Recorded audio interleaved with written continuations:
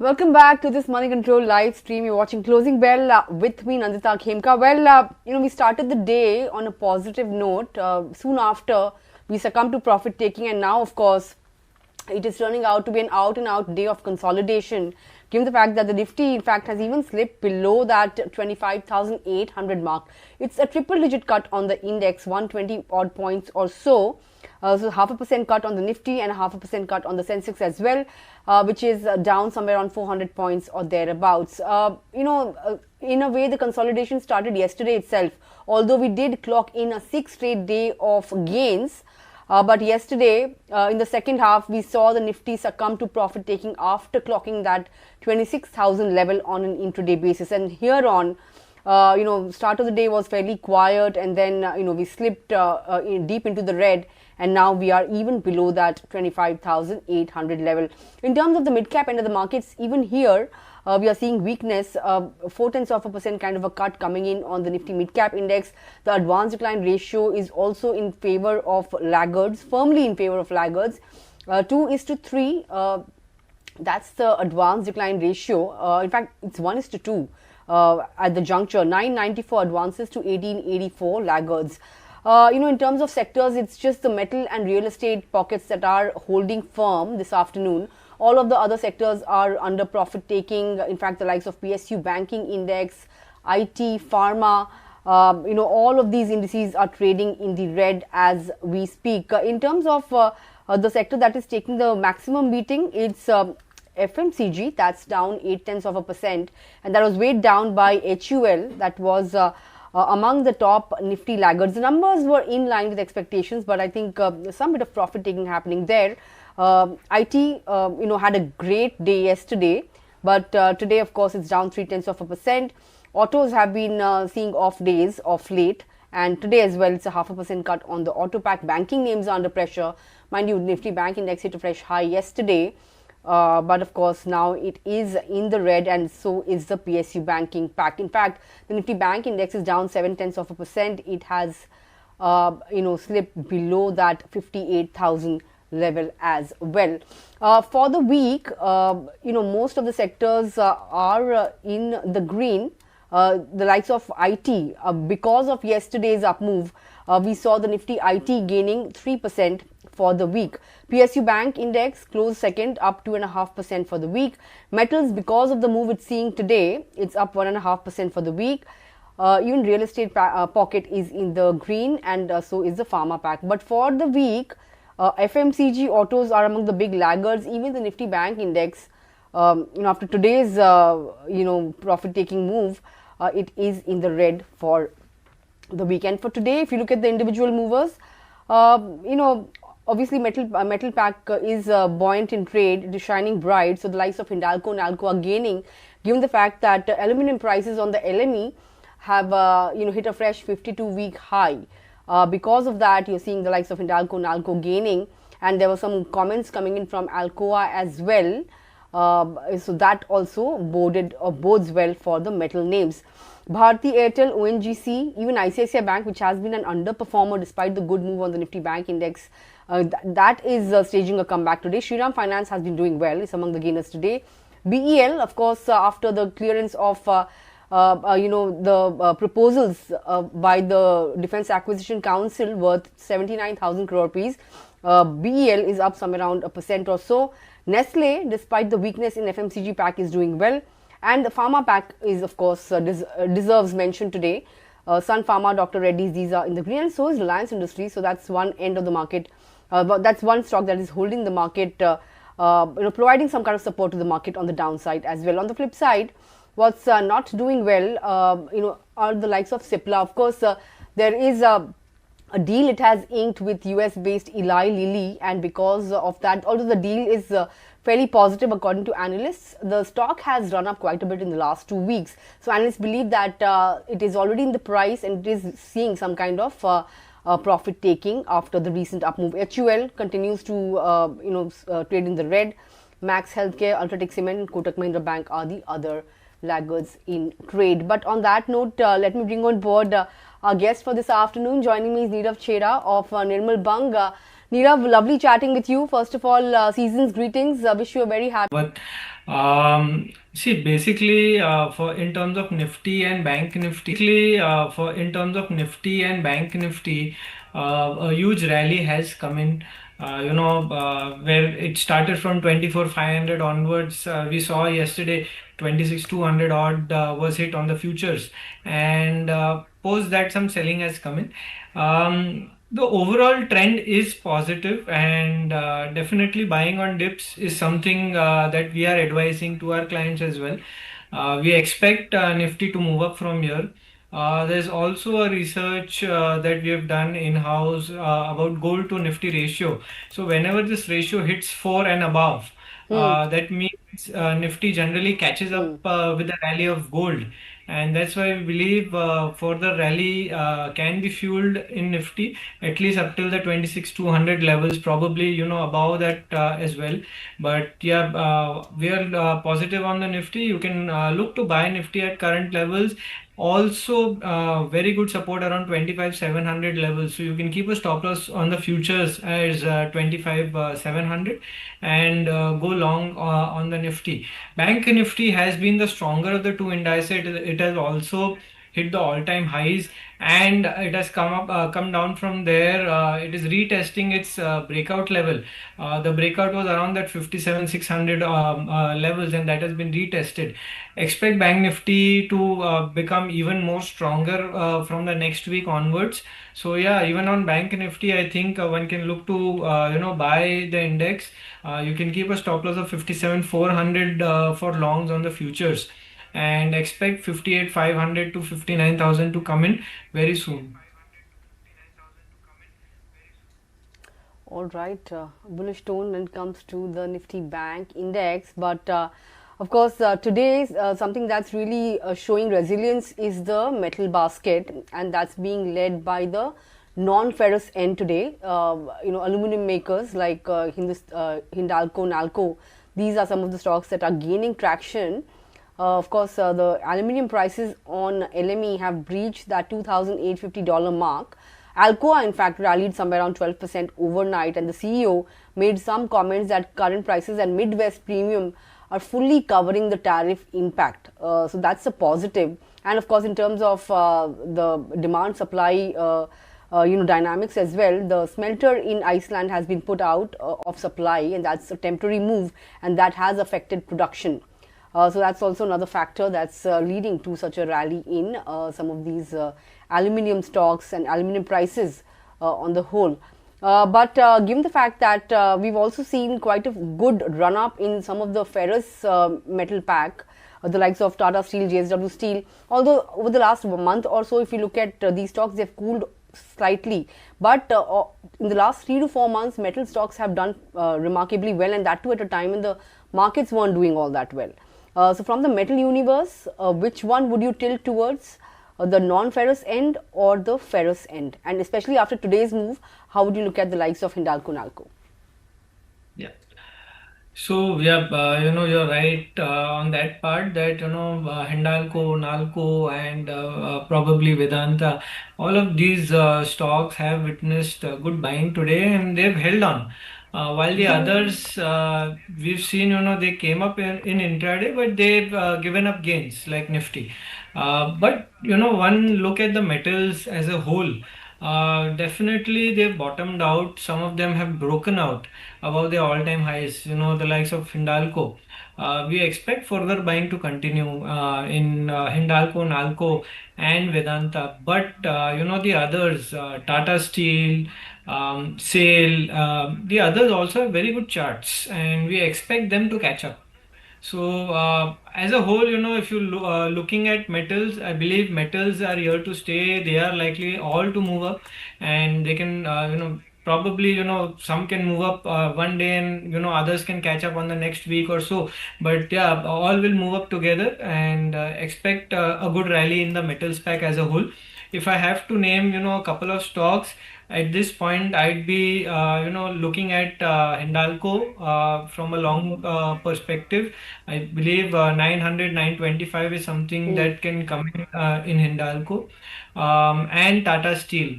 Um, definitely believe Tata Steel has the legs to move up towards that 190, 200 odd levels. So even Tata Steel is something that can be bought with 160 as a stop loss and around 200 as a target. All right, those are the metal names to keep on your radar. But I want to draw your attention to a banking name. Although we discussed the bank Nifty, but individually, if you look at the Federal Bank, it has had a fairly good run, and numbers were pretty good.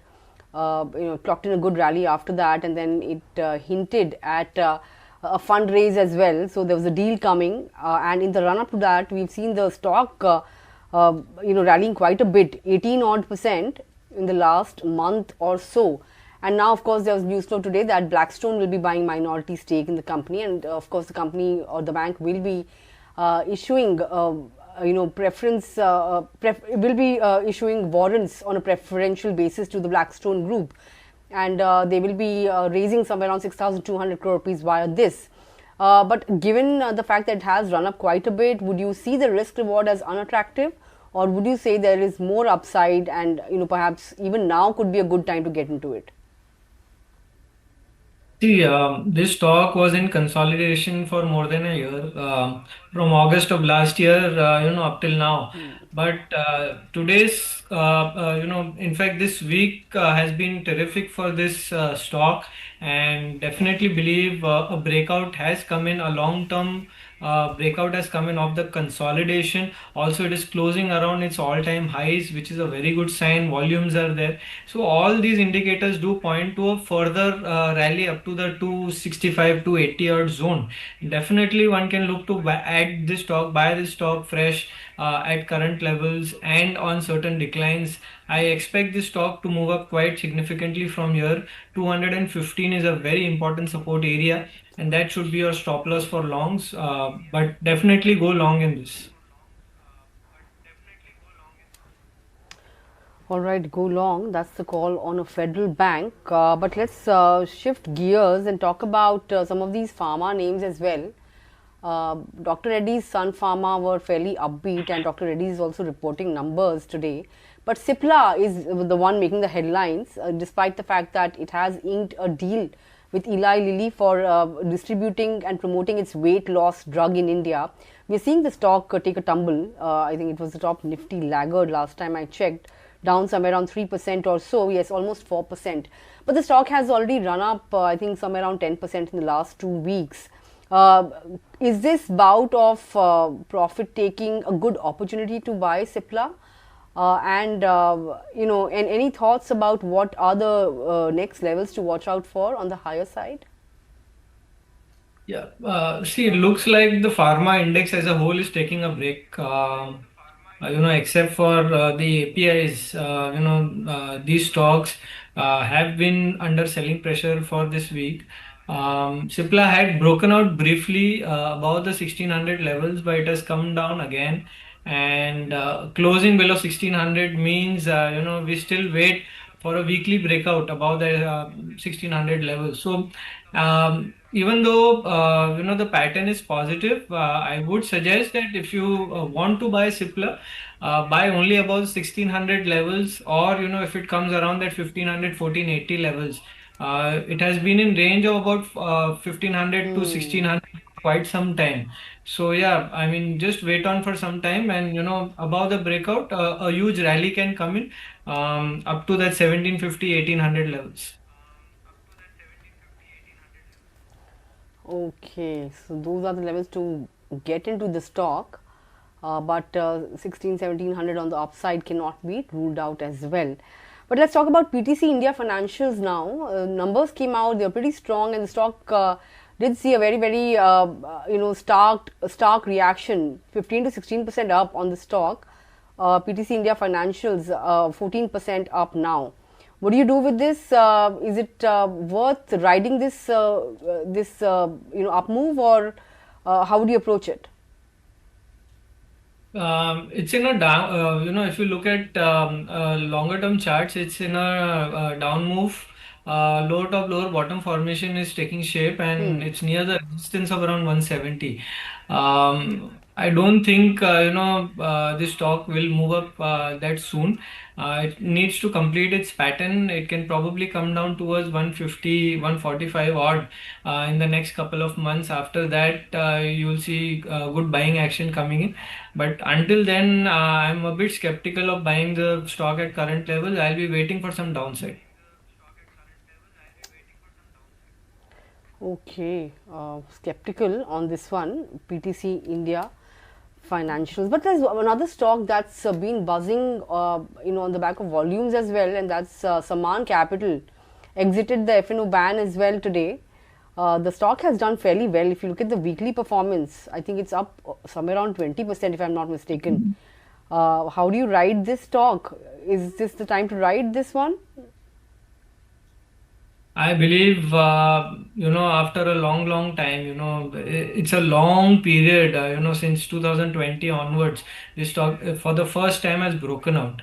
Hmm. And with volumes, this stock has broken out. So definitely, the 5-year consolidation period is over. And whenever a huge consolidation takes shape, the adjoining breakout move is much more aggressive, and definitely I believe this stock can witness more buying from here.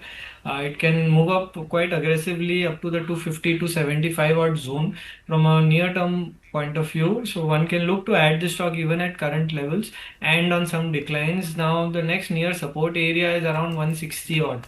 So that should be your stop loss for longs. Okay, that's the stop loss to watch out for on a Saan Capital. But let's talk about the likes of CET as well. I think tire stocks were quite upbeat yesterday. In fact, if you look at the last month or so, CET has really picked up speed, and how it's up 20%. Today, of course, some bit of profit taking underway here. But given the recent move, is it looking a bit inflated, or do you think there could be more upside, and 4,200 could also be on the anvil, because for 52-week high of 44838 is quite a while away. Yeah, correct. So basically, this stock has been moving in a higher top, higher bottom formation, and the only real thing that it does is, as it moves above its previous high, it makes about 5 to 7% newer high, and then again comes down, retests its support area. So that has been done for this week. So now there is a chance for this stock to come down.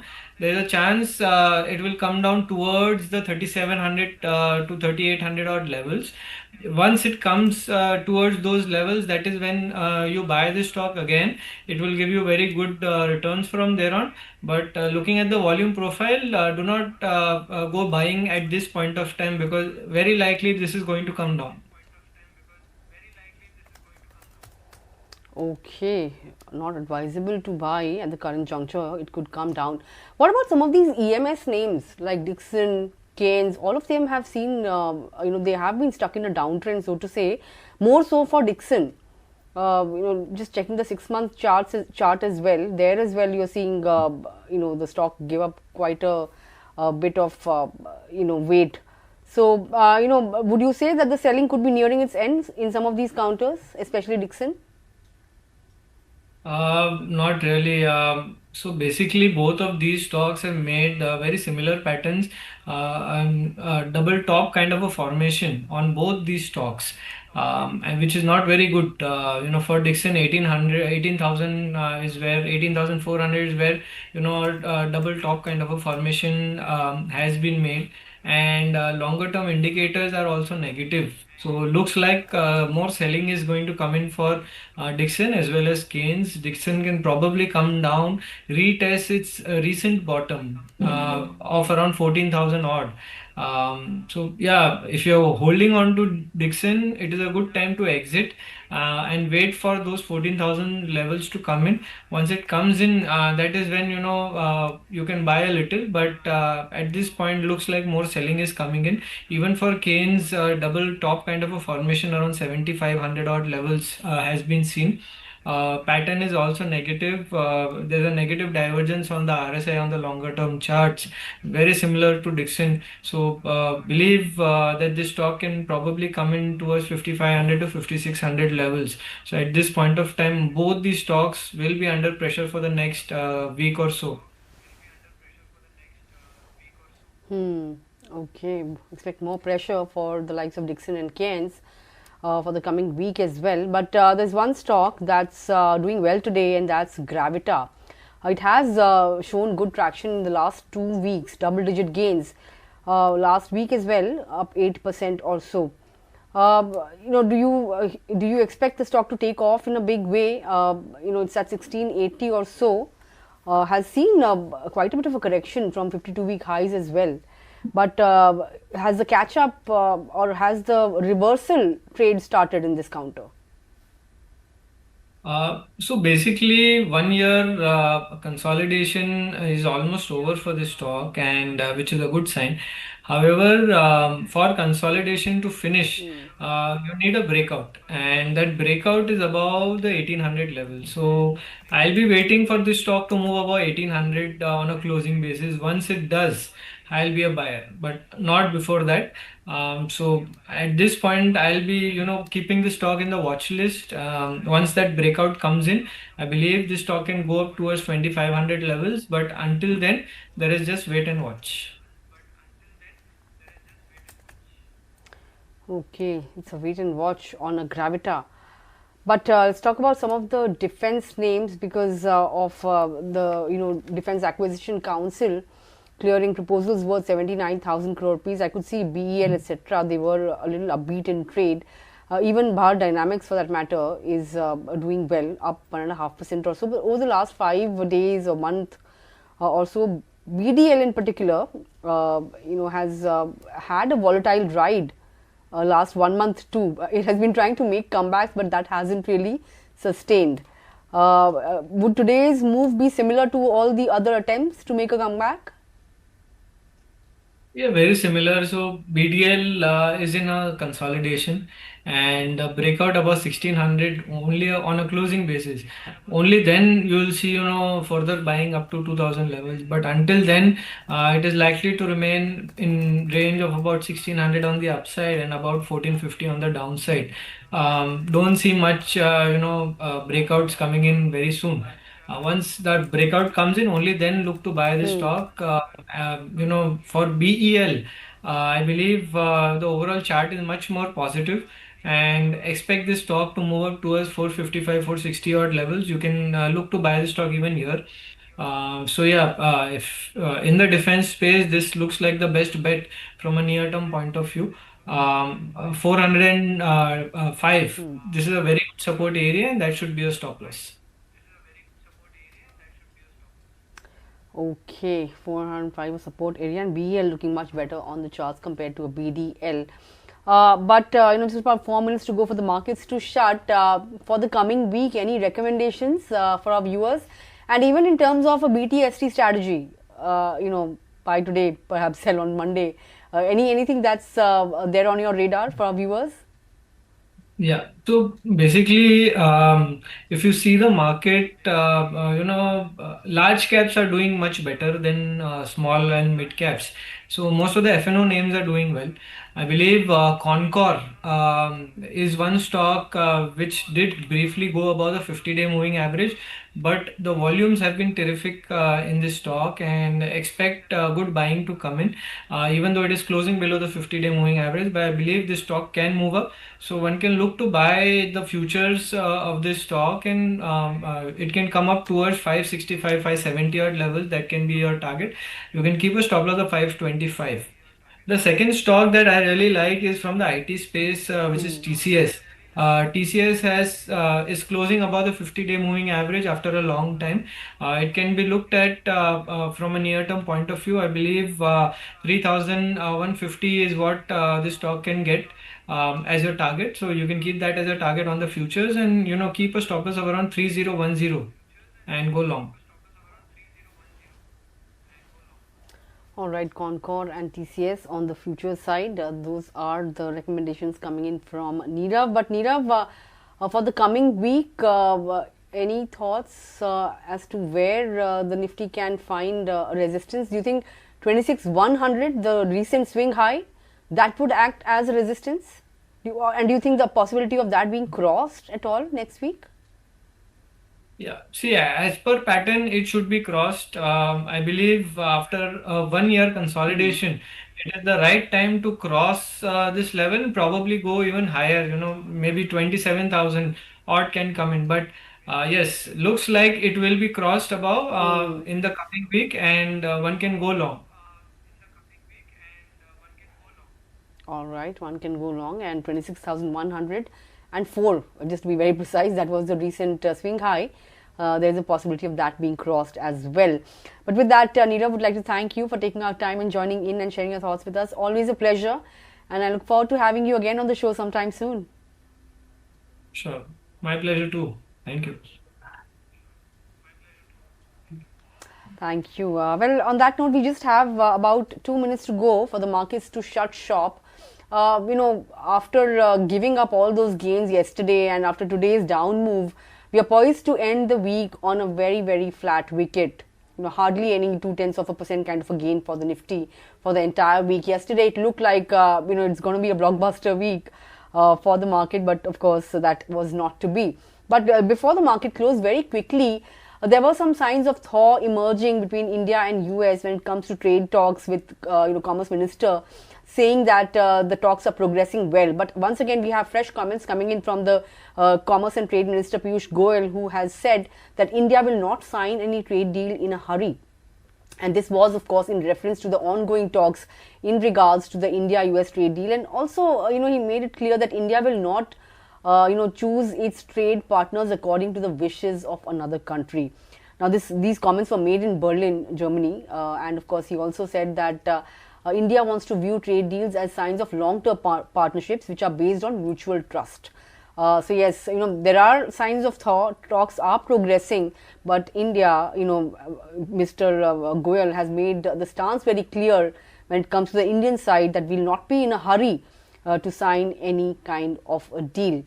Of course, we've had conversations between PM Modi and US President Trump as well, sharing Diwali greetings, etc. But not in a hurry. That's the clear message coming in from the Commerce Minister. On that note, take a look at how the markets have shut shop for the day. It's below that 25,800 mark, just around that mark, so to say. But nevertheless, almost a triple-digit cut on the Nifty, a 93-point cut. And it was something that started yesterday itself in the second half. We started losing steam, started the day on a very muted note, and of course then succumbed to profit taking. At one point in time, we were down in triple digits, but we've done well to at least pare some of those losses. But taking stock of where the Sensex ended, it was down 340 points. 84,211, that's where the Sensex is at. Even the mid-cap index ended in the red, but managed to slightly outperform the benchmark indices. The advanced decline ratio firmly in favor of laggards. Yesterday as well, the advanced decline ratio was in favor of the losers. Today, it's 2:3. That's the NSE advanced decline ratio for you. The Nifty Bank Index, 57,699. That's where it shut shop. For the week, 378-point cut, that's over 0.5% cut. In terms of other sectors, as I was mentioning, it is only the metal pack that showed resilience today. That index was up somewhere around 1% or so.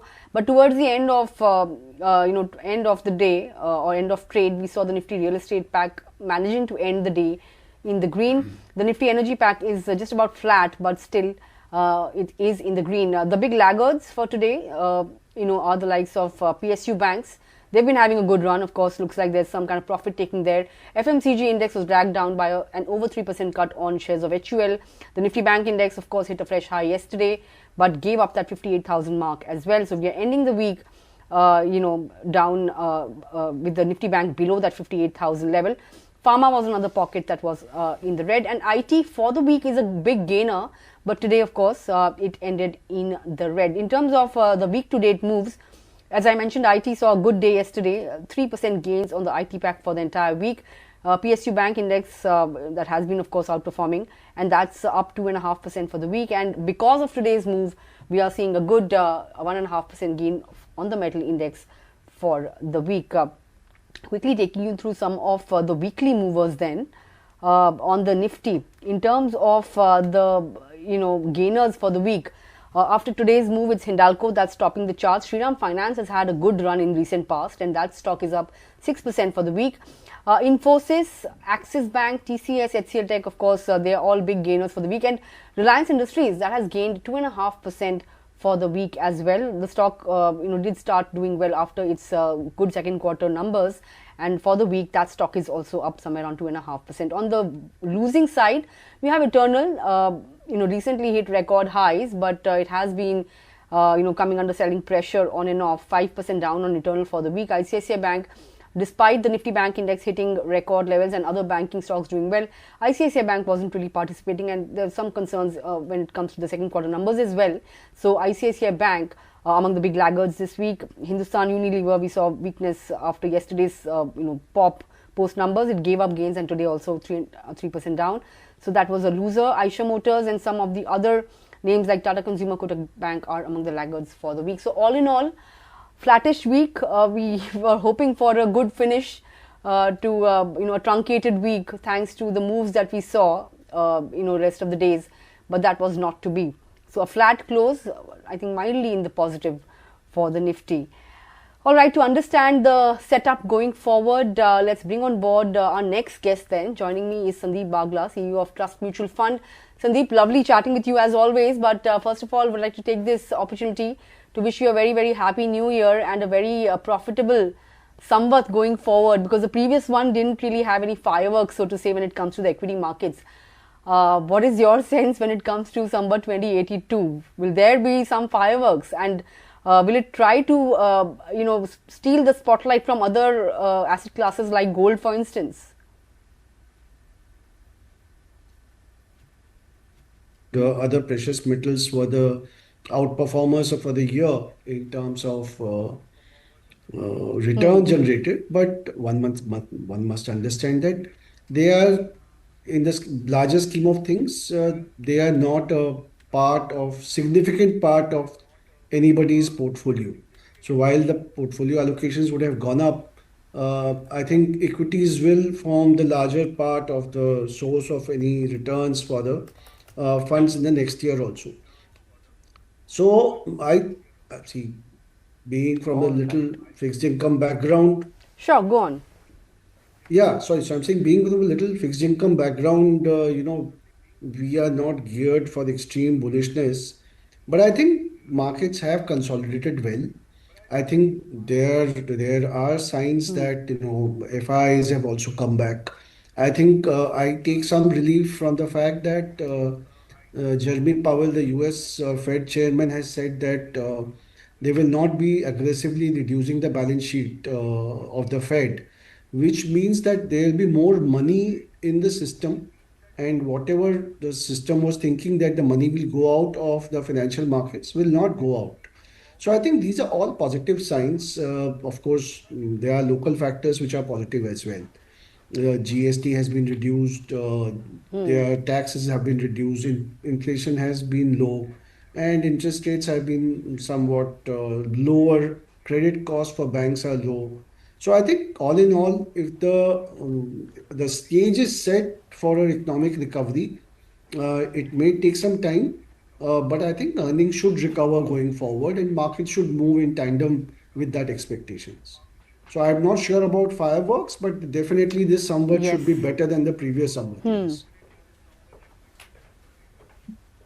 Of course, okay. Taking your point, this Samvat should be better than the previous Samvat, and of course, you mentioned that earnings will start recovering here on. Second quarter was anyway expected to be a muted one, given the fact that people were postponing their purchases in anticipation of the GST changes. But Q3 onwards, do you see the tide turning? And in that sense, would you expect double-digit earnings growth for FY26? I think in certain pockets, we will see double-digit growth. I think the smaller companies, the medium-sized companies will definitely grow faster. I think it is a challenge for economic growth to come back in a hurry for the entire economy. But I think the smaller companies, the medium-sized companies will grow faster. Some sectors will grow faster. There is quite possibility that discretionary consumption, the banking system will continue to grow fast. There is hope from capital goods, defense. So there are pockets. I think auto will do very well.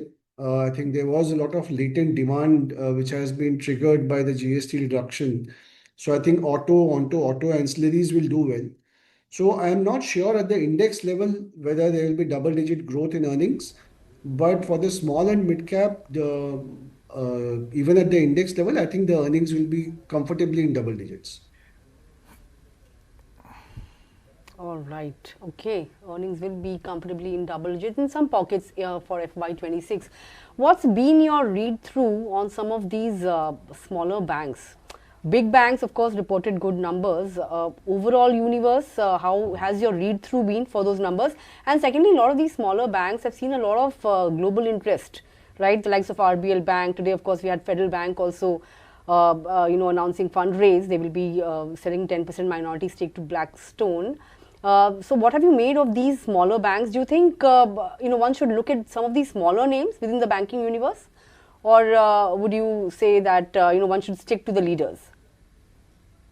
See, I think as investors, one would do well to stick with the leaders because they are the economies of scale, they are the economies of size, and there are multiple factors which larger banks tend to do well, multiple things which larger banks tend to do much better than the smaller banks. So I think in banking, there is definitely some element of advantage which the larger banks have. In terms of what I see from the stake sales, I think there is a global liquidity surplus which a lot of players seem to have. And they are getting into fairly unrelated businesses where they do not have any natural strength or expertise.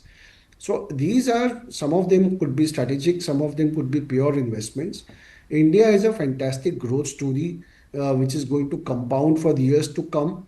And I have seen a lot of global players, even within the AMC industries, wanting to get a toehold into the industry and benefit from its growth, which is likely to come in the next 5 to 10 years.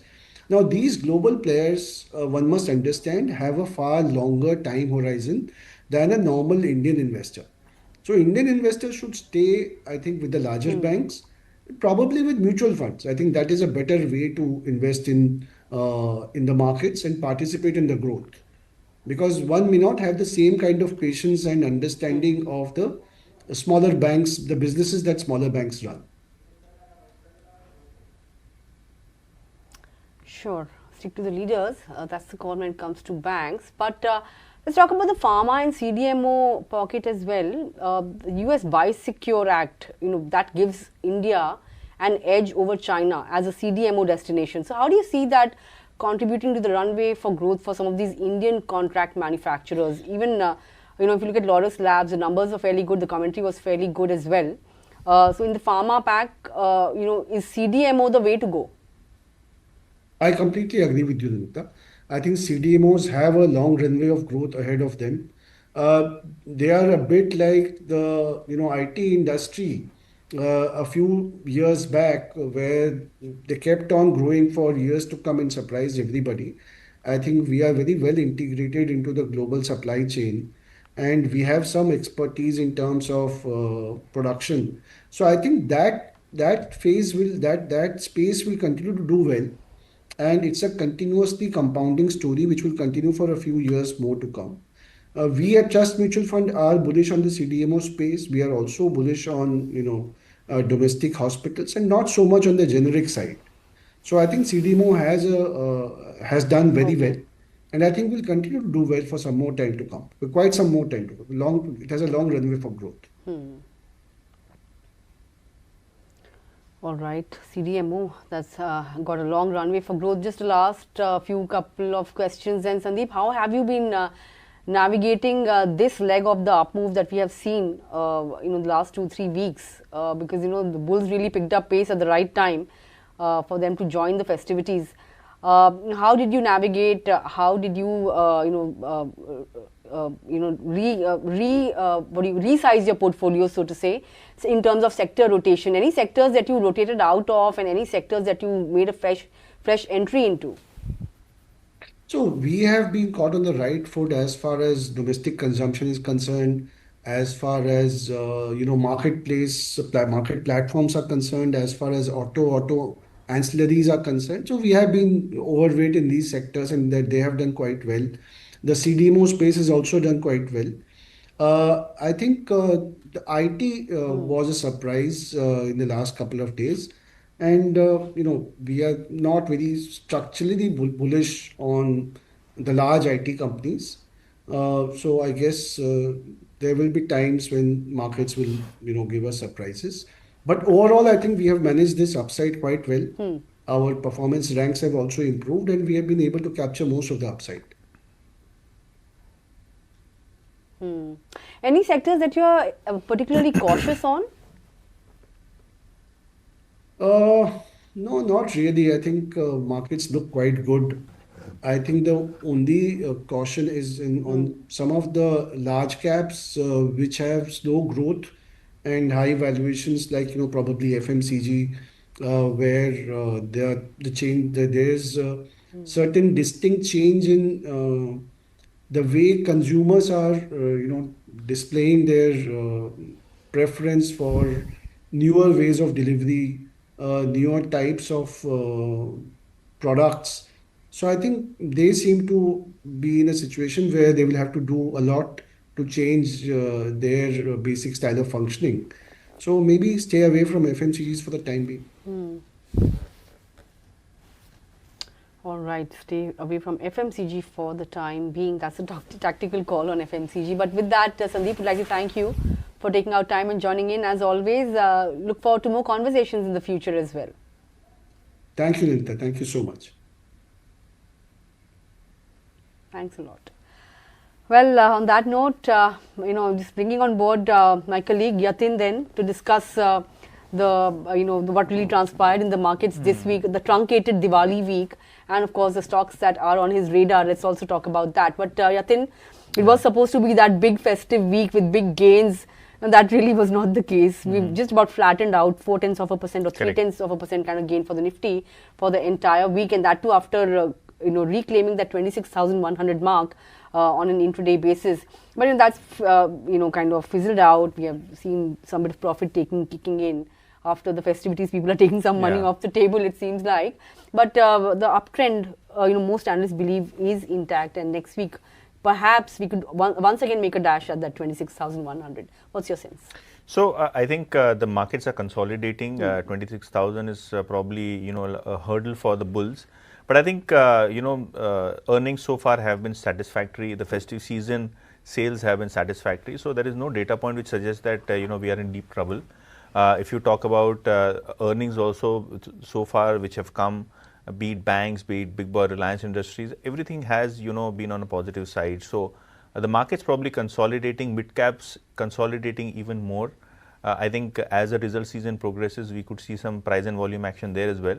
But yes, clearly the expectation, we built the week on a very positive note. The Muhurat trading was strong, but last 2 days have been particularly painful, or rather volatile, especially Thursday's expiry, and now Friday the consolidation happens. Hopefully on Monday we'll start on a good note and we could continue that fantastic bull run we had so far. Yeah, hopefully we will see the resumption of this 6-day rally that we saw. Good gains that came in yesterday. Hopefully we could make a dash at that as well. But Yatin, their portfolios haven't really been making any gains, so to say, in the last 2 days. Breadth has been on the negative side. But there were quite a few stocks that hit a fresh 52-week high in today's session as well. And there were quite a few volume buzzers as well.